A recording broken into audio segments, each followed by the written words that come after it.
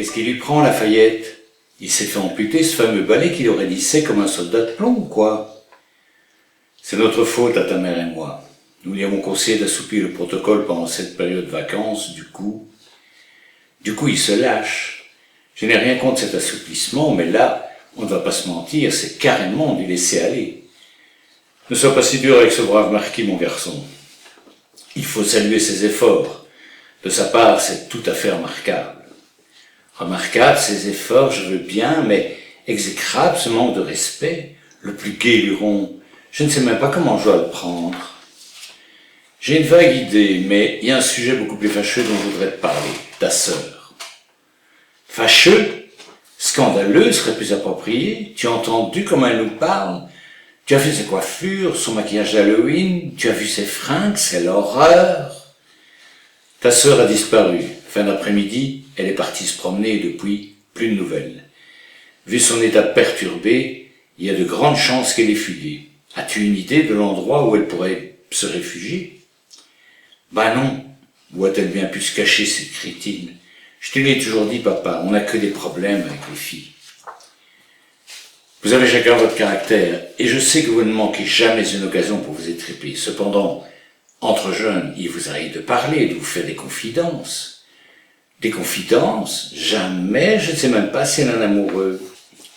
À ce sujet-là, j'ai reçu des nouvelles toutes fraîches aujourd'hui. Alors raconte, qui est ce garçon? Ou peut-être est-ce une fille? Elle a au moins 2 amoureux. Enfin, c'est ce qu'elle m'a dit. Oh, la coquine! Non d'une petite cochonne.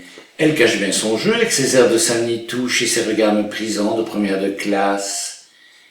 Moi, j'étudie dans un collège écossais, le meilleur ranking au monde, la classe, et je me tape tous les garçons. Sérieux? Tous les gars sont habillés en kilt ou quoi? C'est ça qui l'excite sans doute. Oh, si c'est le cas, tu m'y inscris l'année prochaine, Daddy. Ça suffit, Philo. Ta sœur file du mauvais coton, elle est dans une mauvaise passe, elle fait sa crise de la vingtaine, à l'avance, je ne sais pas, mais j'en suis sûr, ça lui passera un jour. A-t-elle évoqué devant toi avoir fait de nouvelles connaissances ou de nouveaux amis qui habitent le village ou la région? Puis-je suggérer à Sa Majesté mon père de questionner notre demi-sœur, la petite pois, à qui la fugueuse raconte sa vie plus volontiers qu'à moi. Monseigneur mon fils, voici une excellente idée. Depuis leur plus jeune âge, elles ont tissé des liens très forts. Eh oui, tes 2 filles, papa, celle qui rêve de devenir princesse et celle qui ne veut pas devenir reine. Ah, comment es-tu au courant? À travers ses humeurs, j'ai senti depuis des mois que Philibert supportait de moins en moins tout le tralala de la monarchie. Et puis un jour, elle m'a demandé à brûle-pourpoint, soi-disant juste par curiosité, si ça me plairait de te remplacer un jour. Et qu'est-ce que tu lui as répondu?